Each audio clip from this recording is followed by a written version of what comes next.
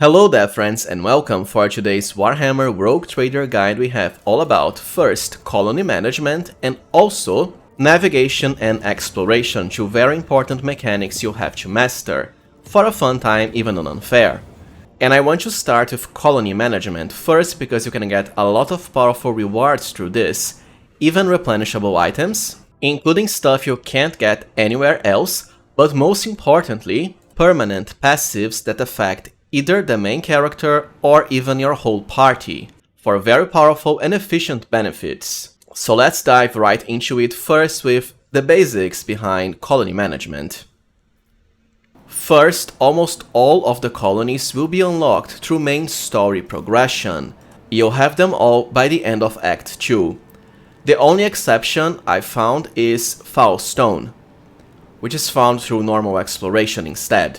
To unlock it, simply head to the Trinitos system, and of course the Foulstone planet. It's actually very close to the starter point of the game, the Footfall system. But like I said, the others are just through normal Chapter 2 progression. Now let's cover colony projects. Each of the colonies has up to 13 whole projects you can do. And while they are separated by ranks, you can actually do multiple projects per rank for almost all of them, which is why, for example, for the second rank projects of the Dargonas colony, well, I have a lot of them already done, thus the green check mark to the right.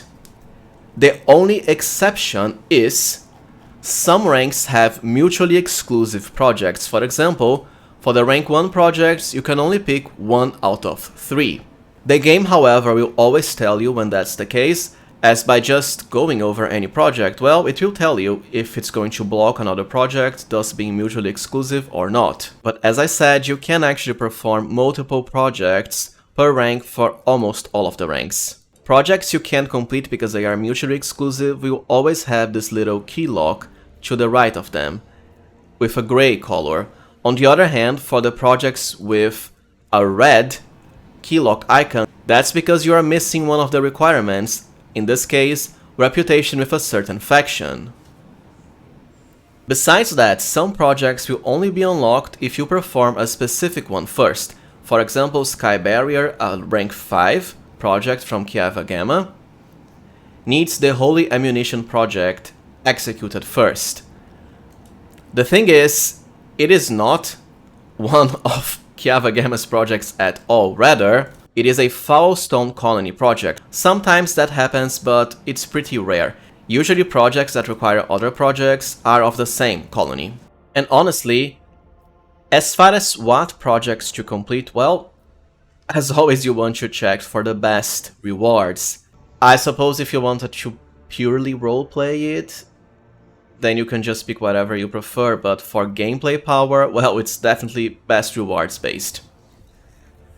And the logic behind it is pretty simple. Ideally, you want to focus on the projects that offer first, permanent passives to either the main character or your whole party. Second, projects with amazing item rewards that you can't get anywhere else. Third, projects that offer replenishing items, which means you'll keep getting more and more and more of them as you progress through the game and pass time. And for the last important reward, faction reputation benefits. Although I do think they changed this in the latest patch and made it way easier to max faction reputation. I mean, I loaded my save and was greeted with almost maximum faction reputation for the ones I actually bothered investing into, like explorators, and a whole lot of other items that before I could not get at all. So don't feel that restricted by faction reputation anymore. But the more faction reputation, of course, the better for super powerful items, depending on whatever build you want. But honestly, it's mostly about permanent passives and also special items. As far as projects with normal rewards, you can always do them, so long as they don't lock you from anything else that's better. After all, would you rather have some minor buffs to your colony that you can get through multiple other ways, or a unique permanent passive? I think the choice is very clear. One is definitely way more efficient than the other. Now, a small number of the ranks actually have such powerful rewards that it's hard to pick what you want.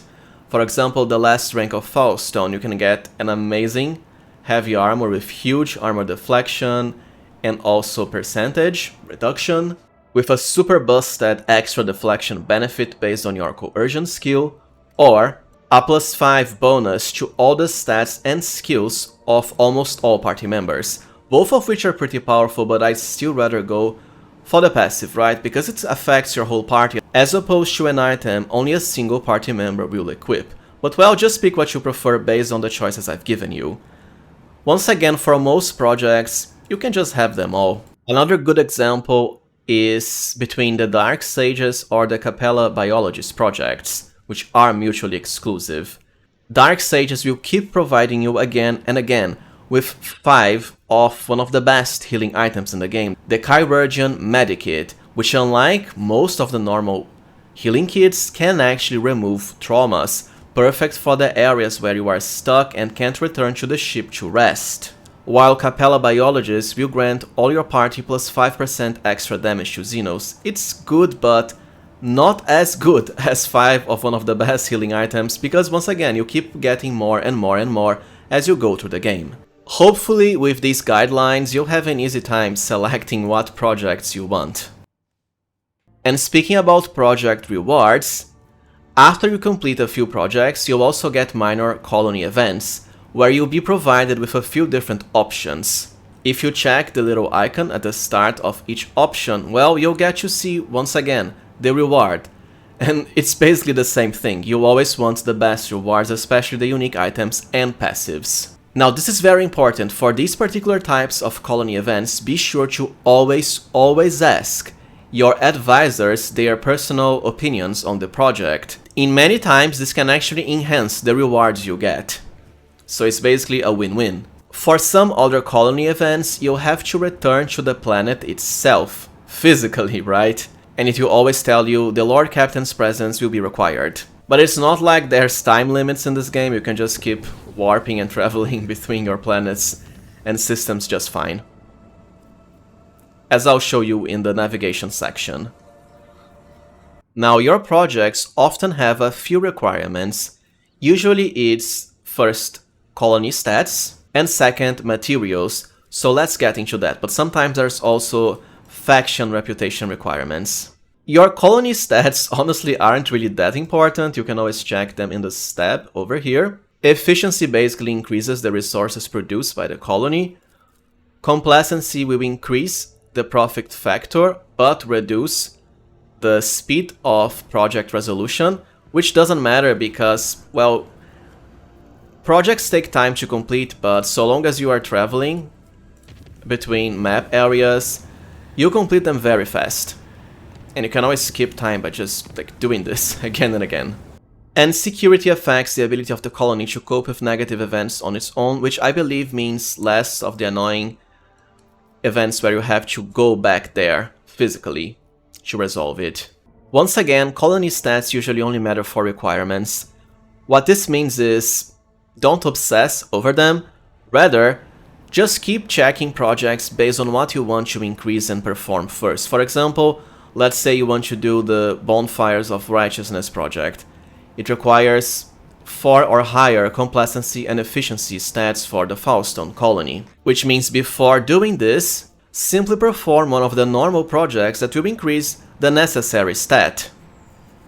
Like Touched by Holiness for higher complacency, so that you reach the necessary colony stat thresholds for whatever projects you want. And like with everything in the game pretty much, you can always check where your modifiers are coming from, either positive or negative, once again from projects or colony events.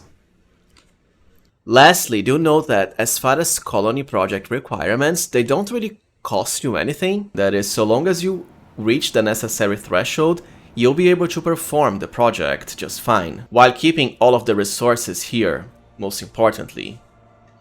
Kinda like profit factor for, well, buying items. And if you're wondering why mine is so inflated, I'm pretty sure it's because of a bug, but you can easily hit higher than 100, 200 even in the game. Once again, from colony projects and also exploration. Some projects, however, will reduce your stats, but it's pretty easy to check by, well, just noticing this little red icon here going down. Now let's cover navigation and exploration. Whenever you reach a new map area, you'll always get the option to chart new routes, which of course will reveal new map points you can explore, while at the same time increasing your navigator's insight by +1.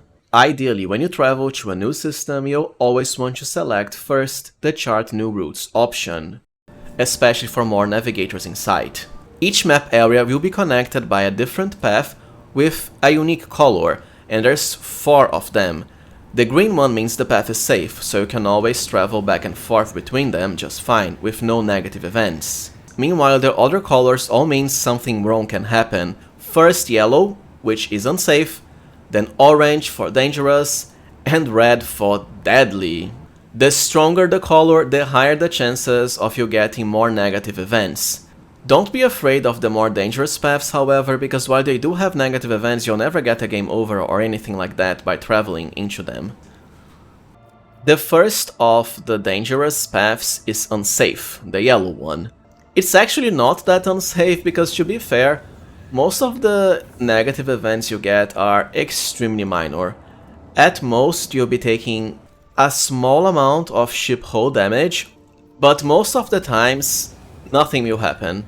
You just get a flavor tax and that's it. No negative effect whatsoever. Starting from the orange paths, so the dangerous ones, well, as the name itself implies, this is when stuff starts to get worse. But the main difference is this is when you start getting some battle events. When traveling, that is, you'll have to fight a few enemies on your ship. These are mostly easy, however, and can of course provide more loot and more experience, with one exception.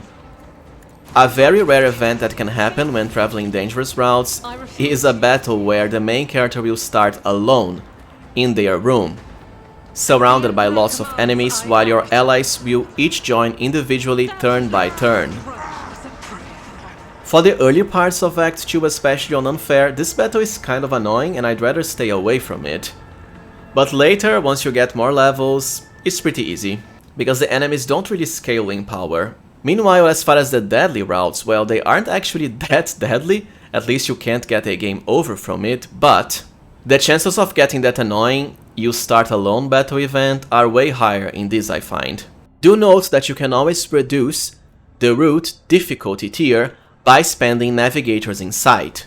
For every single point you spend, you reduce it by 1 tier, so for the orange dangerous ones, with 1 it becomes unsafe and 2 safe. This of course is going to depend on your playstyle, but like I said, because most of the events aren't that troublesome outside of the you start alone battle early on, don't feel like you have to keep spending Navigator's Insight to reduce the difficulty of every single path you take. I would just focus into reducing the deadly red paths into, well, at the very least, dangerous, the orange ones, because it only costs 1 point.